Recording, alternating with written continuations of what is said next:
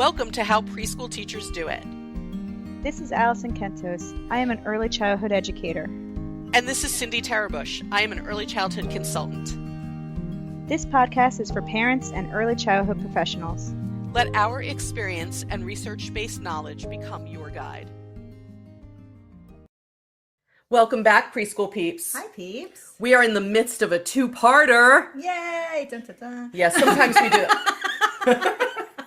All of a sudden you have two-parter music? I do, yeah. I like it. It was that. I like it. I like it. We're keeping it. Yeah. Can you remember it for the next time we do a two-parter? Yes. Okay, good. So we're in the middle of a two-parter having to do with generational shifts. And so we, again, have my son, Michael, here. That is not why he's here, but while he's here, we're taking advantage of it. The last episode that we did, so we said it's a two-parter. Part one focused on sort of generation versus generation, right? Differences in the generations. And this one is going to focus on within the millennial generation. And now what are the young children of today, how are the changes you've witnessed, Michael, going to impact the young children of today?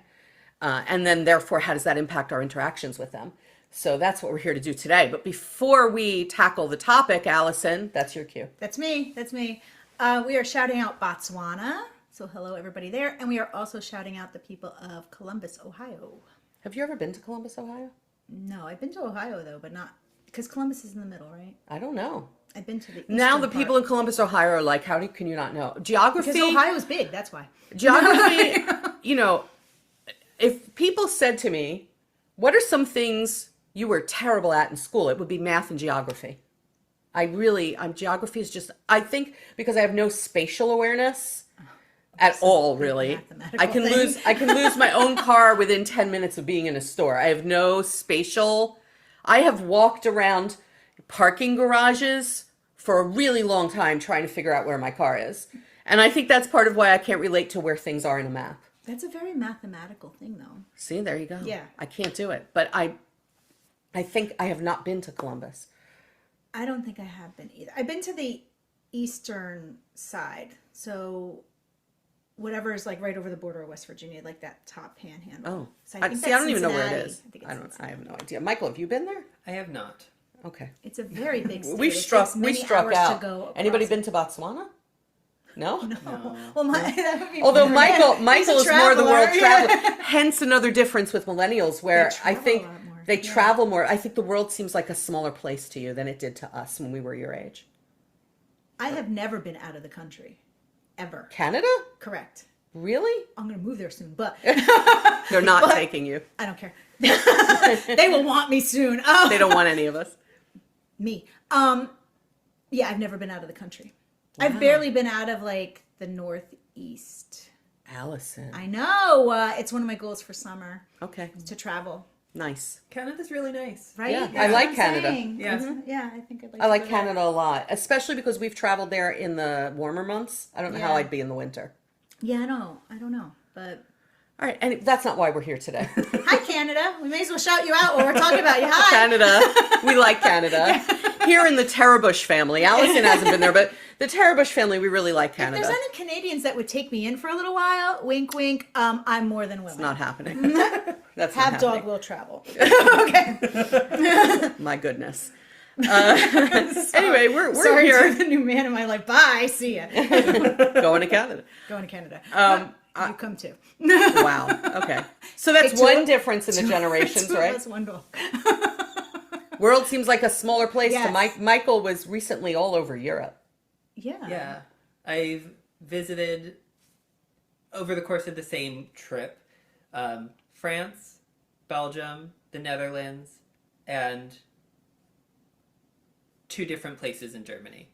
I want you to know that to my generation, not everyone, but to some people in my generation, that sounds so scary and daunting that we wouldn't even know where to begin. I got a little nervous when he said all those places. Not because of those places. My thing is like, how do you have all the time to go to all those places? And how do you coordinate all the, like, where do I stay? How do I get there? Internet. Like, Yeah. Internet, which is why we're here to talk today. Here's the segue. Yeah. Internet. So we were Good segue. Thank you. I'm so. She's really good at it, My shtick is segue. Allison comes up with a lot of ideas, and I segue them. Yes. We were talking with Michael about recording these episodes. It somehow came up like that your childhood straddled these two different ways of being a child, right? Mm-hmm. So there have been, within the generations that exist right now, definitely at least two different ways to be a child. Yes. And you saw in your growing up, you were both. You straddled it. Yes. So tell them what we mean by that. So I grew up before social media, screens, technology in that way took over as the norm. Like TV was something that you would watch in the evening, and that was about it. Because where were you during the day? I was in school. You were in school and then outside. Yes. Outside. But I was also there for when that big sort of a shift happened into gaming and apps and computer games and streaming. Yes. I remember when we got a video game system.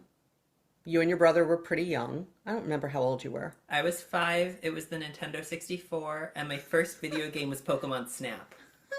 Wow. And I'm sitting here like, was it an Atari? Because my first gaming, that was an Atari with a joystick. That's what I had. Mine was Pong. Oh, Pong. With the two, so they've had Atari two. started, I wish I everybody think. was on YouTube right now so you could see. I'm moving my fingers up and down in opposite directions. The fact that you have to explain what Pong is tells you how old we are. Pong, you had these two things moving up and down the screen, and then a little, like a white thing went between. So, okay, so. Hence Pong. So you could switch between, get this, you could switch between tennis, ping pong. It all looked the same. Yeah, it's all the same though. So, but Michael, when we first got you video games, it was very different even though than today. Yes. I remember, first of all, it was like, no, you're going to go out and play. Mm-hmm. The video games are like a maybe later. Maybe if it's raining outside. Right. Yeah. And I remember some point at which now you could communicate with your friends. No, first I remember this. Wait, I'm going back even further. First I remember you would have friends over and they would bring their controllers with them for the video game. Yes. Right? So they would come walking into my home with controllers, and I would look at my husband and we'd roll our eyes like, are they not going to go out and play? They're going to sit and plug in these controllers. Then next stage was, now they can talk to each other like on headsets, and they don't even have to come over here to be playing this video game together. Mm-hmm. Right? Yes. And my husband and I looked at each other and rolled our eyes and said, they're not even in the same building, right? Yeah. Yeah. What is happening to socialization? Right, but I think that's the difference. Like when I had an Atari when I was a kid, there was no interconnectivity. I couldn't talk to anybody else playing the game. The game was just mine. It was within my system. That was it. I could save it, maybe.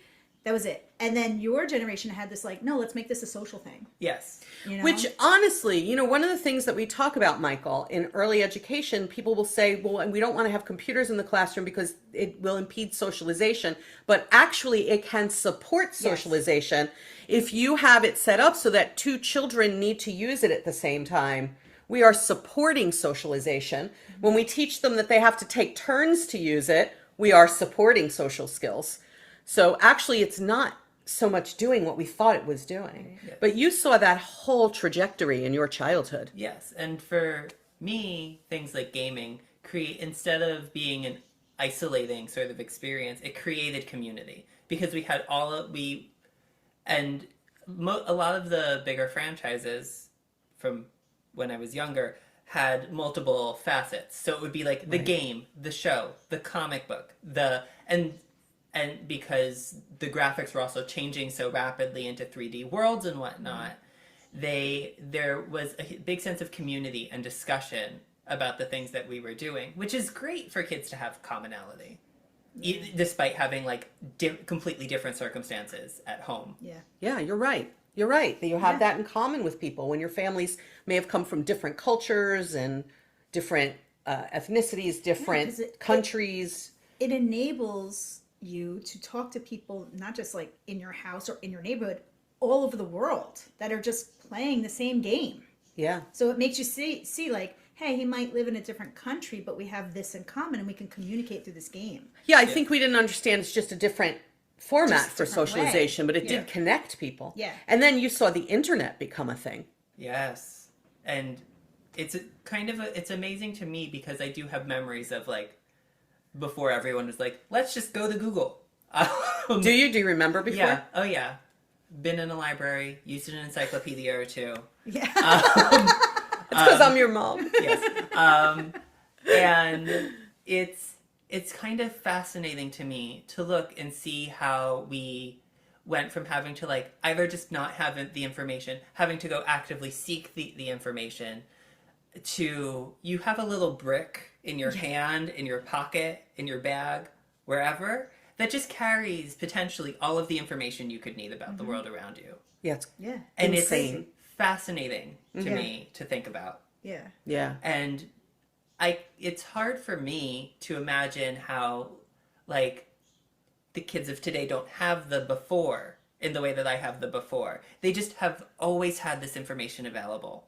So what would you say to today's parents then about they don't have that before? What should people either at home and or in early childhood programs, like what would you love to see them do? Because the children, you're right, they don't have They that don't have before. it. Yeah. I think that, and I know that this is because technology is still changing and growing so rapidly with the advent of things like AI, which I have a lot of feelings about, but like with the advent of things like AI, I think that it's really important to teach children to be able to discern like truth, fact, from quote unquote vibes of a thing.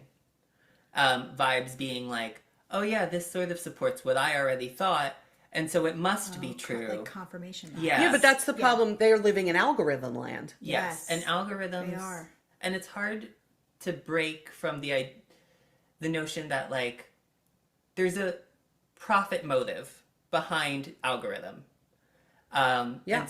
And so financial literacy, especially because technology is not stopping, we aren't going to be able to. We can't hit a reset button. Right. And that literacy, when it comes to technology, when it comes to the things you're reading on the internet, are going to become more and more important as the years continue forward and forward. So I think one of the things that people need to do is to look at children and intentionally say, not everything you see is truth, Yes. right? And there's more than one version of truth. Yes. People have different perspectives. And what's true for me may be different in some ways than what's true for you, especially when we're talking about social emotional development, Yes. right? Yeah. I think children need to understand to be critical thinkers. Yeah. Is this actually truth, or is there more information that would feed my knowledge?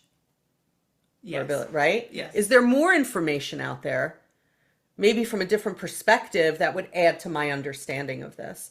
So I think with young children, simply saying to them, not everything you see is a total truth. Right. Yeah.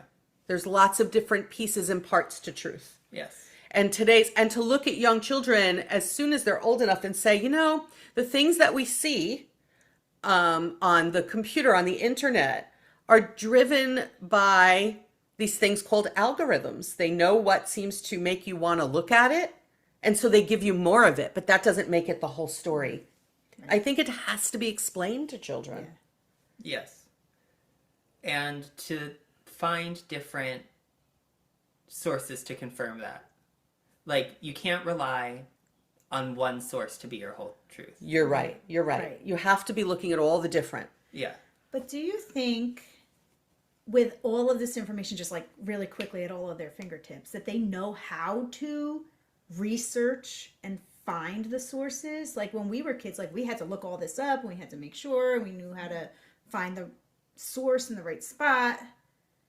Do they know how to do that, or do they it's just so easily available that they don't have to research? Maybe our generation is so put off by the perspectives and opinions of other people Yeah. because we grew up without the ability to Yeah. find out everyone's ideas and Yeah. perspectives. And so you grow up thinking everybody thinks like me. Yes. And then you become an adult and you realize, no, they don't. And we get offended by it. Yeah. I remember a time when people could agree to disagree.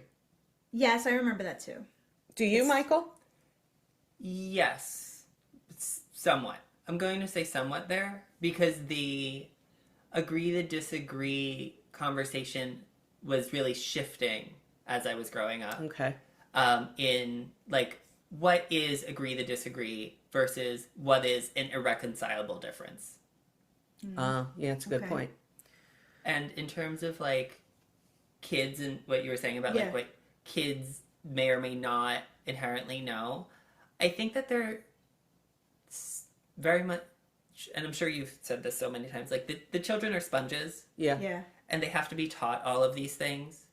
And which is why it's so important for like their teachers, their parents, their local communities Right.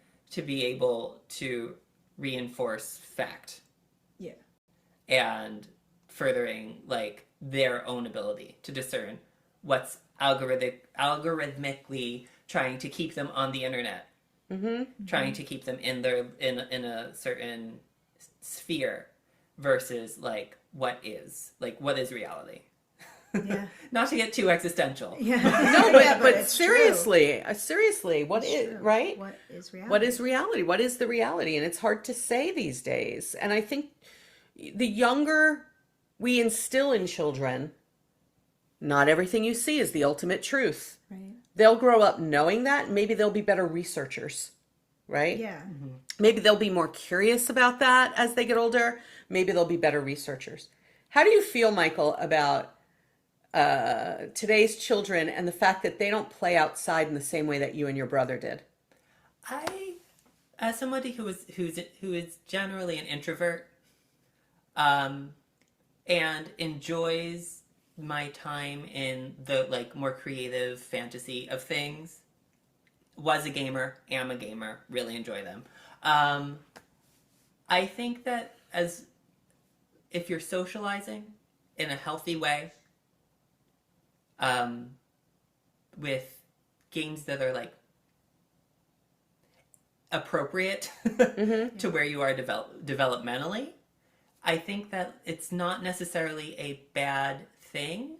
And also, activity is important outside of our own homes. It is. I think it is important, but I think it's never going to look the way it did in the past. No. And there's a lot of reasons for that. There are safety considerations. The schedules of families are different today than they were in prior generations. There's lots of reasons for that. But I think, I recall a story. I was reminding Michael of this story before we started to record. I recall a story when all of this technology was coming out in your childhood and your brother's childhood. And I just kept saying, I want you to go out and play. And I would like, turn it off. I want you to go out and play. So there was a day when my uncle was visiting and he used to take the bus and then walk over here. And he walked over here one time and he saw my two children just sitting outside in the grass, just sitting there. And he said, hey, what are you guys doing? And one of my kids said to him, Mom threw us out the house. And he said, okay, I think she intended you to play. Yeah. But they were just like sitting in the grass, miserable. Yeah. For me, that was the demarcation line of when children went out to play, when they didn't. But we happen to live in a neighborhood where the kids ran around here a lot and everybody kind of looked out for them. Yeah. It's very different today. And we see children today, Michael, in early childhood programs that have fewer social emotional skills than in the past because they're not learning all those hard lessons you learned from the neighborhood kids as much. Yeah. So they have fewer interaction skills, fewer social emotional skills. They also do not read nonverbal cues the way past generations did. There was a time, and I know people have probably heard me say this, there was a time where if I made a particular face at children, that's all I had to do, and they would stop what they were doing. Yeah. They understood what that face meant. Now, if I make that face, if I'm in a classroom, in a program, the children just look at me like, what's the matter, and make it back. They imitate the face. Yeah. They have no idea what I'm talking about. Yeah. So I think we have to be a little intentional about what is no longer as much in existence and how do we still instill these skills in children. A lot of it is falling on the early childhood programs. That's what's happening. So the children arrive in the classrooms, they have fewer of these skills. And instead of just bemoaning that and wringing our hands about it, we have to take a proactive approach to teaching it to them. Yeah. So we have in today's world curriculums that are focused only on social emotional development. Some of them are fantastic, Yeah. right? They're fantastic. And there are a lot of simulation of things that you learned because I threw you out the house. And we know today free playtime in early childhood programs must be 60 uninterrupted minutes because they have to be able to make those social mistakes even Right. and think deeply about what they're doing because it's not happening outside of the time that they're in early childhood programs. Yeah. Which I don't want to really criticize. It's just it's just what different. is. It's just different. It's just what is. If I had a dime for every time I've said to a teacher, well, tell me the child's backstory. Do both of the parents work outside the home full time? Like, what's the story? And you find out these are very busy working people raising multiple children with a lot of things they're juggling. And it is what it is. That's 2025. Yep. Yeah. And Right. I think also reinforces why, like, the idea, whether it be at school, at home, gaming, playing with friends, what have you, why community is so important. And I feel like one of the bigger shifts with technology has been a waning of the idea of community. And I think it's just really important that maybe societally, hopefully, we can shift not back, but forward to a new way of what community could look like. Because we do, at the end of the day, all need each other. We're hardwired to connect. Yes. Our brains are hardwired to connect to other people. Yes. Yeah. Yeah, it was our survival instinct. Think back to, like, I don't know, cave times. To survive, the people had to band together. Yeah. And it's still a part of our instinctive nature to seek connection. Yeah. I think what you're saying is, the question is, what is that connection going to look like? Yes. And it can look different. And it's okay for it to look different. Well, and it already does compared to what we had. Yeah, we were out in neighborhoods till the streetlights came on. Right. And it was always like face to face because that's what we had. We didn't have this technology where we Right. can just jump on like these chat rooms even. Like that was kind of what my high school was like. Oh, the chat rooms now. You can talk to people from everywhere. But like it's even more than that now, where your community is just widening. Yeah, it's true. The world is getting smaller to your generation, but the community is widening in different Yes. ways. Yes. Yes. Right? So interesting when you think about it. Yeah. I like to remind people that just because today's children have a different childhood than we did, all is not lost. They will grow up. Yeah. They will be fine. They will maybe different than we were in some ways, but they will carve their own world. They will make their own world and their own path, just like we did. Mm-hmm. My path is not the same as my parents' generation, and theirs wasn't the same as the prior generation. So I'm not sure why so many adults expect this younger generation to have the same path as us.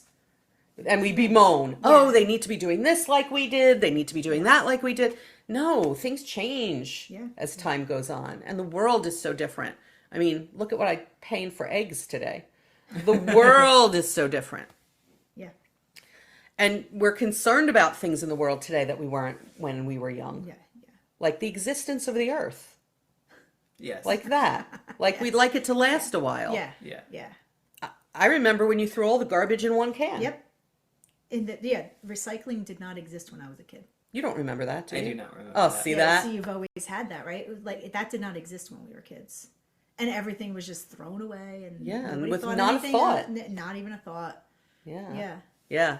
Yeah, it was a completely different world. Now I feel old. I'm feeling a little bit like a dinosaur now. It's okay. I've reached the age now where when I look at like up and coming music artists, their references are the people I grew up with. Yeah. And I'm like, oh, okay. It's very much a shock to the system. Yeah. So I understand. You know what happens to you next?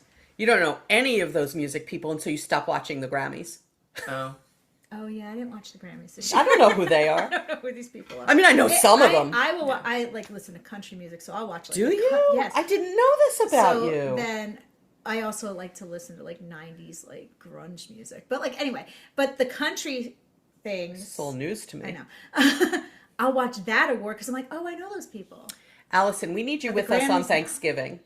When we're Hey. watching the parade at my sister's in Manhattan, and people come up the street and we don't know who they are in the parade, and we look at each other and we say, must be a country singer. You can confirm it. Was it like Jelly Roll or something? Yeah, it probably was. Yeah. I don't know who. I don't know. Some of these names, I don't know. Blaney Wilson was at the Thanksgiving. Yeah, I didn't parade, know who that think. Yeah, was. see, Jelly Roll, I know that name. Jelly Roll. You know Jelly Roll. Yeah.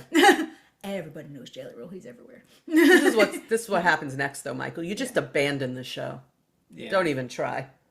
I know. But I also have abandoned like things like the Oscars because I don't go to the movies anymore. Did you? Yes, I I don't. no, I see, don't I know any watched of those that. movies. I don't watch those movies. I watch that. I don't go to the movies. anymore. I'm a moviegoer. Yeah. I wonder if so, Michael. Do you think being a moviegoer is particular to my generation, not yours? I think that it's only more particular because of the price and It's willingness very to spend time. Whereas, like, I very much enjoy, I don't go to the movies often, but I will watch movies at home because I value more than like going and getting the popcorn and spending $50 to spend 2 hours at a movie theater. I value much more the ability to get through a scene, hit pause, Go to the bathroom. go to the bathroom, take a break, come back later that day. Yep. Pop more popcorn. Like, Yeah. there's no. I'm a I'm big with you on moviegoer. that. I'm like that. Yeah. I think maybe like the experience of it all. I do.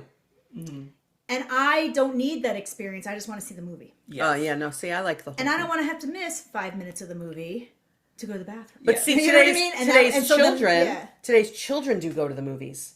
Yes. I see them. Yes. They're making movies especially But for I them. think the movie industry has had to change also Yeah. in the way they market these movies to get people to go back to the theater because most people like us are like, we'll just watch it at home. You know, Yeah, like and every generation is a reaction to the one before. Yeah. So it would make sense if, and I have no statistics on this, but like if But go ahead. millennials go to the movies less, because there are like whole, I'm going to use the phrase subreddits of like things millennials have quote unquote ended, destroyed, killed because we just don't do them. And that cycle is that it will swing back in at some point. And if the kids are going to the movies more, that would be an interesting shift over. You know what would make me so happy if the drive-in movie came back? I don't want to sit out there. I just want it back. Okay. it won't come back because you won't sit there. Yeah. All right, whatever. I was gonna say, That's the point. this is something adjacent to being the change you want to see in the world. Yeah. That's a really nice way to end this episode, though.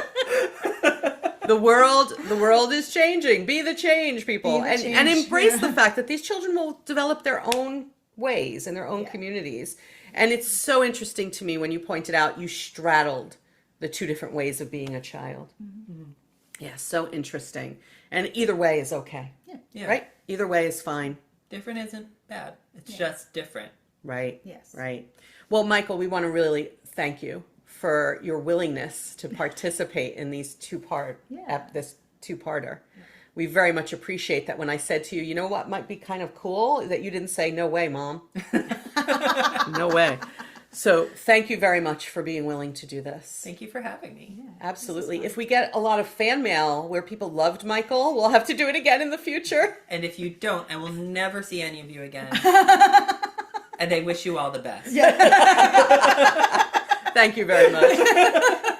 And we wish you back for our next episode of How Preschool Teachers Do It, folks. Bye. Bye, peeps.